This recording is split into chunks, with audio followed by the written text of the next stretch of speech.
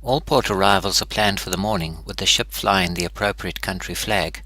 We are at breakfast as we arrive, and have a cheeky seagull stroll around the canopy roof. In the harbour, a super luxury yacht contrasts with the local ferry.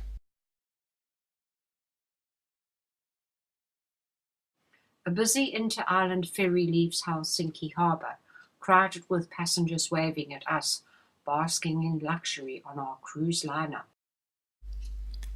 A mix of very old and very new buildings, with the spires of the Russian Orthodox Church in the back left of the image. My photo from the bus of the Russian Orthodox Church. Randall and I have gone on two separate tours, although we do see some of the same things.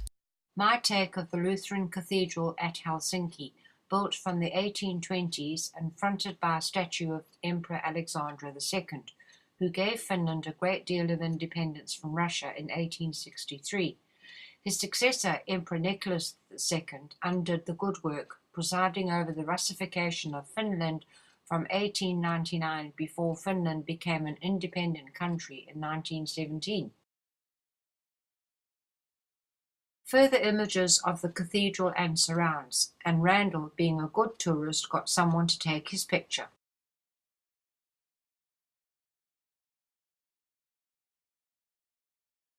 My tour took us to the monument of the Finnish composer Sibelius. It was designed by Eila Hiltunen and unveiled on September 7, 1967. It sparked a debate about the merits and flaws of abstract art, for which reason an effigy of Sibelius was included in the work.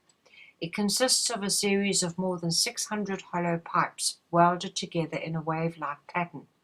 The purpose of the artist was to capture the essence of the music of Sibelius. We see it in the park surrounds in close-up, and the effigy of the composer added to still public indignation at the lack of connection to their famous composer. Next visit for me was to the Rock Church, where the acoustics are absolutely amazing. What makes it special, however, is that when you look at it from the outside, you have no idea what is inside, as the church was built into the rock and looks mostly like a mound.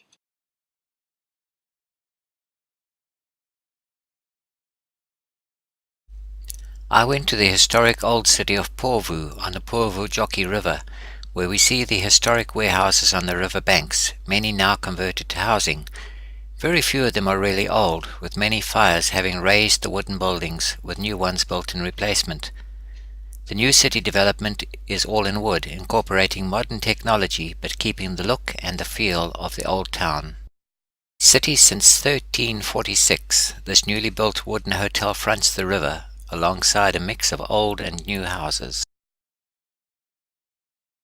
The city has a cathedral, severely damaged by a fire set by a drunken youth in 2006, but it is now fully restored.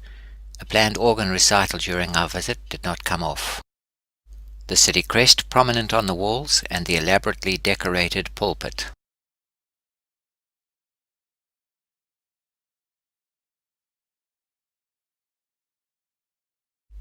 Colourful window boxes and masses of flowers in the gardens make Porvoo a very attractive sight to wander around.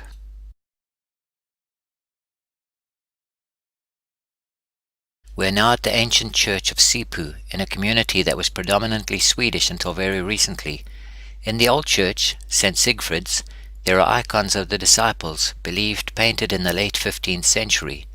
They have only recently been rediscovered, having been painted over with whitewash at some time in the past, possibly to protect them from raiding invaders.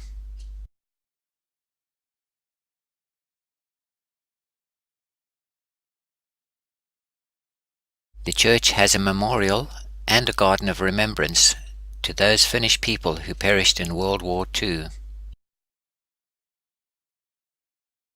This is the new church of Sipu, just down the road, and will probably never get away from its nickname of the other one.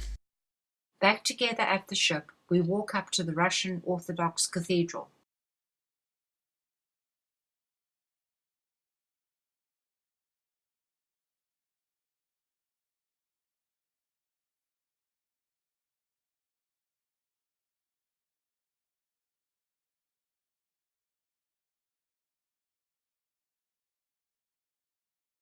Like many of these buildings, the inside is sumptuous, gilded, and a bit excessive.